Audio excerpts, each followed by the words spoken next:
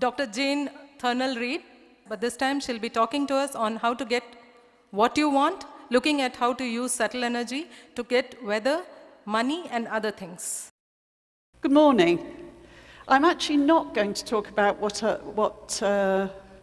the person who introduced me said I was going to talk about, because as I've sat here for the last 2.5 days, I've realized that you actually know a lot of what I was going to say, and other speakers have actually covered a lot of that ground.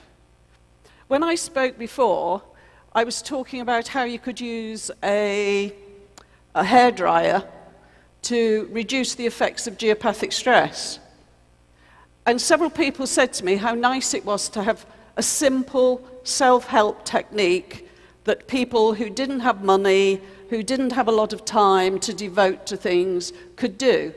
So that set me thinking, and I thought what I'd like to do is to introduce you to a few, just a few, because I haven't got that long, simple self-help techniques that you can use from kinesiology. I was a kinesiology teacher and practitioner for about 25 years, although I've retired from that now.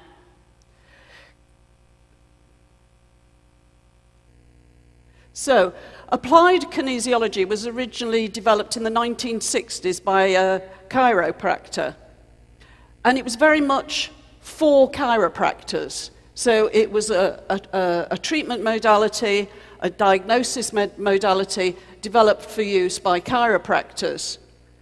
Then a chiropractor called John Thee came along, and he said, this stuff is much too good to keep just among chiropractors. We need to spread this out into the world. And so he started to develop a system which is called Touch for Health. Then the next development was that other practitioner kinesiologies were developed. So more people, more teachers came, they developed their own particular way of using kinesiology and developed their own kinesiologies, and I've just listed some of those there. There's lots and lots of different kinesiologies. So that's a little bit of background. So kinesiology is based on the acupuncture system, so has a big influence from Chinese traditional medicine. It uses concepts like yin and yang, over energy, under energy, the 5-element theory. Mainly it comes from China.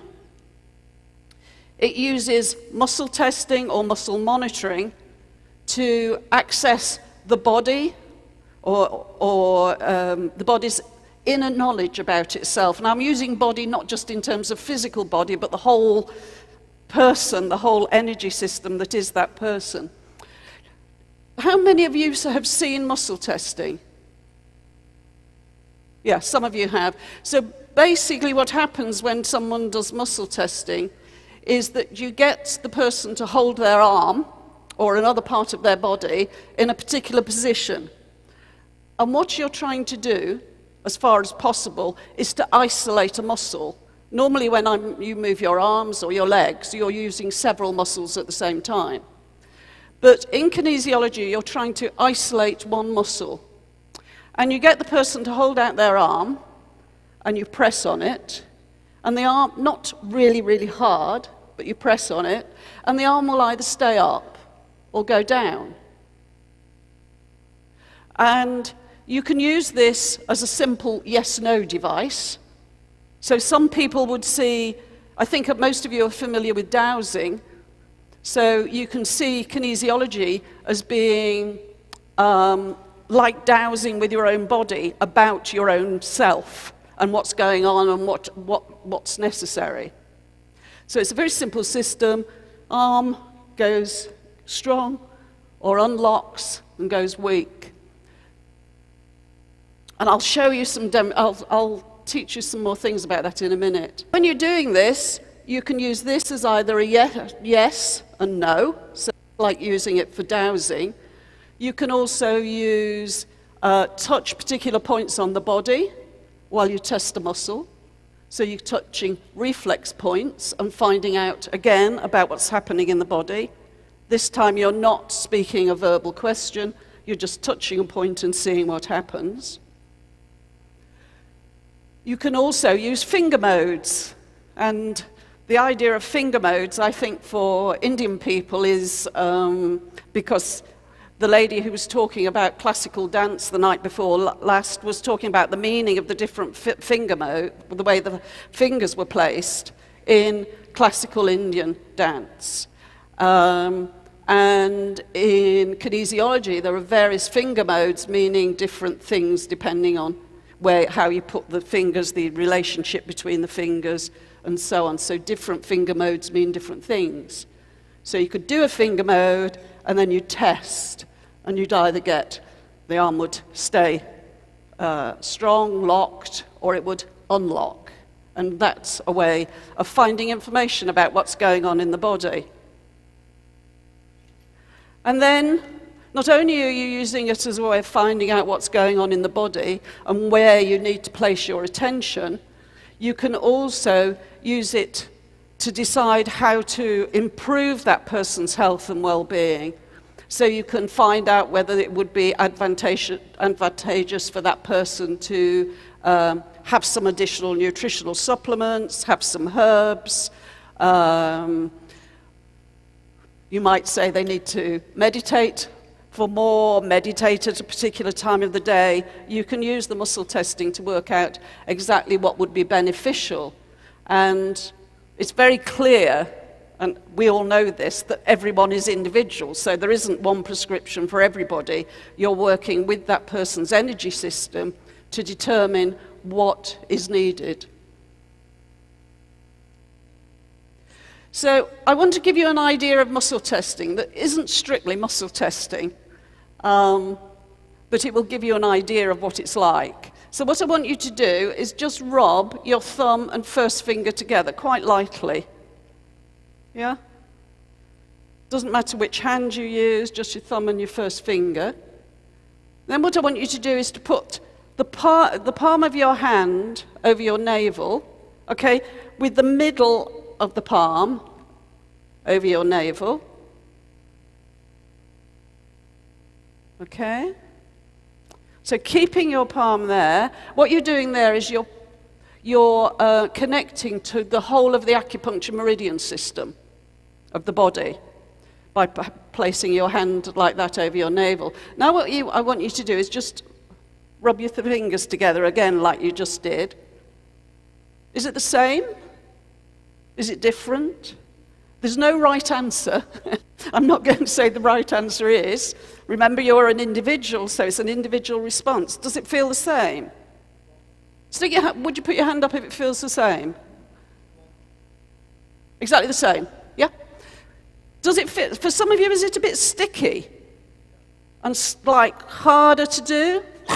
Really hard work, yeah? Okay. If it feels sticky and hard to do, that's an indication that your acupuncture energy system is right now out of balance. Okay? So I'm going to teach you a really simple way to put that right. And unfortunately, I put it out of order on the slide, so I'm going to just nip through. Oops. There we go. This is called a thymus tap. So you can take your hand away from your navel, and what I want you to do now is just tap round your navel. So you've got your instructions there. It's an anti-clockwise direction, and people get very confused about that because they start to say, is that me looking outwards or somebody looking at me? I can't work out what anti-clockwise is. So I always think the easiest way to remember this is up from the heart. So if you start where your heart is, which is on the left side, yeah, and go up and over. So just tap round, not a big circle, yeah? It's 3 inches or 7.5 centimeters in diameter, the circle. Okay, so do that a few times. And that's a balancing tap. So it's a very quick way of rebalancing your acupuncture energy system. So let's put our hands back over the navel. So we're now going to check whether we're balanced or not. Rub your fingers again. Okay.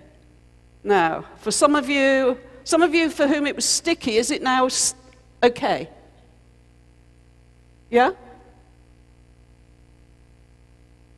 Stick your hand up if before it was sticky and now it's moving well. Yeah? Anybody got that? Good. If you haven't, then you need to tap some more till you lose the stickiness. Yeah? Remember, if it's sticky, it's a sign your acupuncture meridian system right now is out of balance. Tapping the thymus brings it back into balance. Okay? With your hand over your navel, if you're in balance, the fingers should move freely. If you're out of balance, it'll get sticky. Right. Okay, everybody okay with that? Now, remember I said you can use this to show yes and no. All right? Staying up is yes, staying down is no. What I want you to do is put your hand over your navel and say yes, yes, yes. And it should stay really fine. Yeah? Now, still with your hand over the navel, say no, no, no, no, no, no, no, no, no, and it starts to get sticky. Yeah? Say yes, yes, yes, yes, yes again. Does it stop? Is it okay again? Say no, no, no, no, no, no, no, no, no, and it's gone sticky. Yeah? And that's what you're doing when you're doing muscle testing, yeah? So if I asked a question, do I need to meditate? What do you think would happen to my fingers? They'd stay like that, yeah? They wouldn't get sticky, because if they got sticky, it means, no, I shouldn't meditate, yeah? If I wanted to know if I should take some vitamin C, right? Would it be good for me to take some vitamin C? The answer I'm getting is yes, yeah? Because remember, yes, the fingers keep moving, no, they get sticky. Yeah? So it's a way of asking your inner wisdom about yourself. But first of all, you always need to get yourself tapped around and make sure that yes is like this, no is sticky. Because if you're not balanced, then what can happen is when your body's saying no, you get the non-sticky version. And when you say yes, you're getting the sticky version, yeah? So you need to tap yourself round, check your yes, check your no, and then you can start to ask yourself some questions. So you can play around with that. As I say, it's not strictly muscle testing, but it gives you a feel of how you could use that and what an effective tool it can be in establishing things that you need and what you want to do. So that's an idea of muscle testing that's not really muscle testing. Right. I want to give you a very, very simple technique from kinesiology, which is called emotional stress release, which, as its name suggests, reduces emotional stress. So the first thing we need to do is to find the points that we're going to hold. And what I want you to do is feel your eyebrows and go up to your hairline, or where your hairline would be if you had hair. Okay, so you feel, and can you feel that you have two bumps? Yeah, about halfway up your forehead. And what you do is you gently hold those. Okay? But before you do that, I want to show, let's see what effect thinking about something stressful has on your acupuncture system. So put your hand over your navel. And remember, this means that your energy system is balanced. Gets sticky, it means it's not. Yeah? Okay, so feel how it is now. Hopefully it's moving, yeah? Now think about something that's stressful. So it could be something that's going to happen, something that you're a bit anxious about, something that you're a bit angry about, something that frightens you. Think about that. And what happens to your fingers? Start to get sticky, yeah? So what it's showing is that thinking about that stressful thing unbalances your acupuncture energy system. So this technique is a very simple technique for rebalancing your energy system. And so what you need to do is you hold the frontal eminences, which are these bumps, while you think about something stressful. Okay? I'd like you to try that now. I suggest you don't think about something that's really, really, really stressful, though you can use this for something that's really, really stressful. I would suggest, because we're in a conference situation, you do something that's a little bit stressful for yourself, yeah? So you just think about it while you hold these points, okay?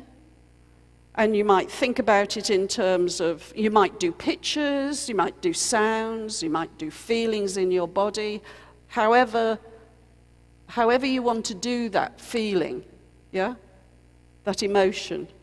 There isn't a right or wrong way. Different people do it slightly different ways. So you're just holding the points, thinking about something stressful.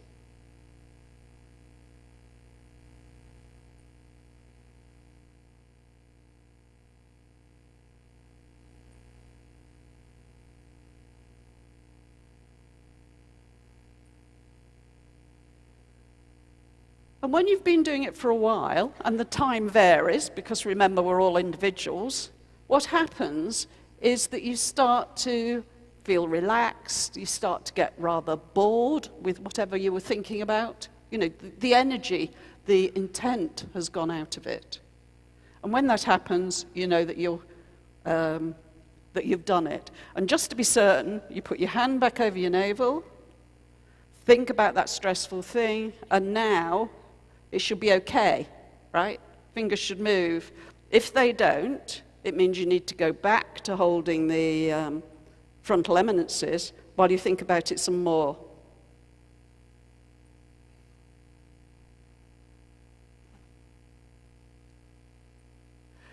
Sometimes you may need to do several different aspects of a problem. Say you use it for, you've got a job interview, so you want to do the job interview. And the first time you do it, it might be just thinking generally about the job interview, and, oh, I'm a bit